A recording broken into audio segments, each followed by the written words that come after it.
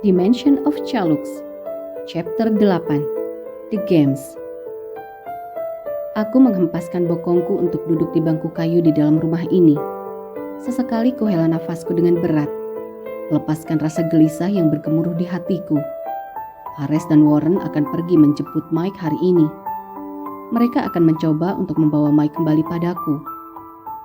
Sedangkan diriku hanya dapat duduk diam dan menunggu. Aku tak diizinkan terlibat karena semua ini terlalu berbahaya bagiku. Dan aku yakin mereka pasti berpikir bahwa kehadiranku di sana akan memperburuk keadaan. Aku bukan tipe orang yang bisa duduk tenang dikala temanku yang lain tengah berjuang menyelesaikan sesuatu. Dan semua ini benar-benar menyiksaku. Menunggu sesuatu tanpa dapat bertindak. Aku menggigit bibirku. Aku sudah tidak melihat Leanne sejak pagi tadi. Entah kemana perginya lelaki itu, aku tak tahu. Yang jelas itu pasti ada hubungannya dengan rencana mereka kali ini. Kupijat pelipisku untuk mengurangi rasa tak nyamanku saat ini. Aku benar-benar merasa resah bila tidak melakukan suatu hal yang berguna untuk Mike. Apa yang kau pikirkan, Rose? Bukankah kami yang akan berhadapan dengan Alexa? Mengapa justru dirimu yang terlihat tegang? Warren terkekeh menghampiriku dan tersenyum tipis. Aku mencoba untuk tersenyum menanggapi pertanyaannya. Mungkin aku terlihat aneh. Aku sama sekali tak melakukan apapun. Aku hanya menunggu. Namun aku tetap resah. Mengingat apa yang mereka lakukan saat ini menyangkut keadaan adikku, Mike. Di mana, Leanne? Mengapa hanya ada kau dan Ares di sini? Ucapku mencoba membuka kebungkamanku sedari tadi. Aku memandang Warren, gadis yang kini masih tampak tenang tanpa terlihat resah atau gugup sedikit pun. Kau tak perlu khawatir, sayang. Leanne berangkat terlebih dahulu. Ia akan memata-matai keberadaan Alexa. Ia Chalux darat, hanya Leanne yang mampu melakukannya. Baiklah, gumamku dengan diiringi sebuah anggukan, mengisyaratkan bahwa aku setuju dengan perkataan Warren sebelumnya. Leanne memang sangat berbakat dalam hal itu. Ia bahkan dapat memata-matai hanya melalui getaran tanah. Mungkin jika ia manusia, ia akan dilantik menjadi agen mata-mata dunia atau mungkin CIA. Warren, kita pergi sekarang. Leanne memberiku isyarat. Ares masuk dengan berteriak mendekati keberadaanku dan Warren. Ia tampak serius kali ini. Matanya menyorotkan ketegasan, namun perangainya tetap terlihat tenang. Seolah tak ada sedikit pun rasa takut atau khawatir di raut wajah mereka masing-masing. Di mana? Merapihkan pakaian yang ia kenakan dengan berjalan menghampiri Ares. Tepi hutan barat, belahan ketiga, arah matahari tenggelam. Ares menatap Warren lekat. Matanya menatap wanita itu dalam, memberi isyarat untuk lekas beranjak dari rumah ini. Aku bangkit dari dudukku, lalu berjalan menghampiri mereka. Perkataan Ares sebelumnya membuatku tertarik. Tepi hutan barat? Di kota sebelah kan? Apa maksudnya belahan ketiga?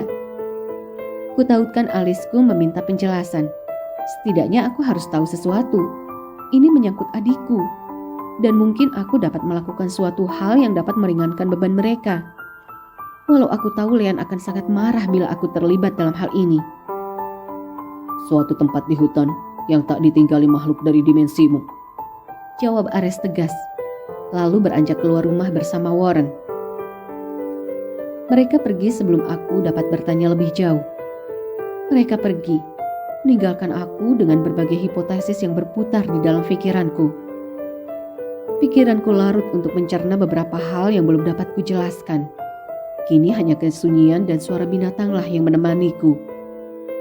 Semuanya pergi, dan kondisi rumah ini amat sepi. Sesekali ku pejamkan mataku, mencoba untuk merilekskan tubuhku. Aku benar-benar tak merasa nyaman. Pikiranku semakin kacau, dan aku benar-benar tak tenang sekarang. Aku beranjak dari dudukku dan berjalan mengelilingi rumah ini dengan tangan bersidekap. Berjalan dengan berpikir sambil menautkan alisku erat. Hutan barat, kota sebelah, lumayan jauh. Bagaimana bila mereka memarahiku? Pikirku dengan alis yang bertautan. Aku memijat pelipisku perlahan. mencoba berpikir keras untuk melepaskan semua rasa resah yang kurasakan. Di satu sisi, aku tak bisa membantah perkataan mereka, para caluks. Mereka jelas mengenali lawan mereka dengan baik. Namun aku tak bisa tenang bila hanya berdiam diri dan menunggu kabar dari mereka. Ini jelas bukan diriku. Semua demi Mike, persetan dengan jarak. Aku rasa iya, aku akan pergi. Batinku mantap, membiarkan egoku menang dan logikaku hilang tenggelam. Aku berdiri dengan cepat, bergegas mengganti piyama tidurku dengan sebuah celana jeans panjang dan t-shirt abu-abu yang terlihat pas di tubuhku. Dengan memakai sepatu Converse untuk alas kakiku, kurai ponsel milikku, bukan ponsel mewah memang. Bahkan tergolong butut dan menyedihkan dengan berbagai goresan di sisi-sisinya. Namun bukan suatu hal yang penting bagiku. Setidaknya masih dapat kugunakan untuk saat ini. Hartaku yang paling berharga hanyalah Mike, dan aku tak ingin ia pergi. Aku berjalan dengan tergesa-gesa meninggalkan hutan, entah untuk apa aku membawa ponselku. Kau tahu, para caluks tak memerlukan ponsel. Mereka dapat berinteraksi satu sama lain tanpa menggunakan alat penghubung. Entah siapa yang akan aku hubungi nanti. Mungkin aku akan menghubungi 911 bila terdesak. Idiot. Kakiku terus melangkah menuju jalan raya yang beraspal, menggantikan rumput yang kupijakan sebelumnya dengan sebuah jalanan utama yang lumayan besar. Kuakui aku pegal, tapi itu semua tak berarti dibandingkan keselamatan Mike. Sebentar lagi aku sampai di halte bus. Tak mungkin aku jalan ke kota sebelah. Aku berdiri di depan halte bus dengan memeluk tubuhku, mengisi keheningan saat ini dengan menggigit bagian dalam bibirku. Aku sudah lama menggunakan transportasi umum. Kuharap beberapa dolar di kantung celanaku cukup untuk mengantarkan aku sampai kota sebelah. Mataku menyipit saat sebuah bus butut berwarna kuning berhenti di hadapanku. Tak butuh waktu lama untuk masuk dan mencari tempat duduk di sini. Kuakui, keadaan bus memang sangat sepi. Mungkin beberapa orang berpikir untuk lebih baik memakai uangnya guna membeli kebutuhan makanan mereka daripada naik bus butut seperti ini. Aku menyandarkan punggungku ke tempat duduk dan mencoba merilekskan tubuhku. Butuh waktu sekitar 15 menit untuk sampai ke kota sebelah. Sepanjang perjalanan hanya dipenuhi oleh beberapa pepohonan dan beberapa rumah-rumah kecil penduduk di sini. Aku tersenyum kecut. Kadang aku mengingat ayah dan ibuku saat semua masih lengkap. Kita makan malam bersama, melakukan beberapa hal yang kurindukan sekarang. Aku beranjak dari dudukku saat bus yang kutumpangi berhenti melaju. Aku merogoh sakuku, memberikan beberapa lembar dolar pada supir tua yang duduk di balik kemudi. Lalu beranjak turun dari bus ini, kakiku berjalan menyusuri hutan barat. Udaranya terasa sangat dingin. Tak henti-hentinya aku merutuki diriku sendiri karena tak membawa jaket, atau setidaknya baju berlengan panjang. Sial, batinku kecut. Suasana hutan ini tampak sepi. Jarang sekali burung-burung yang berkicau di sini. Hutan macam apa ini? Cahaya matahari pun tak bisa masuk melalui celah pepohonan. Pantas jika cuaca makin terasa dingin. Hutan ini lebih tampak seperti malam hari. Tepi hutan belahan ketiga arah matahari tenggelam. Konyol, matahari saja tak terlihat. Bagaimana bisa aku menentukan arahnya? Aku menggerutu kesal karena kekonyolan ini. Aku berhenti menghela nafas dan melihat sekelilingku.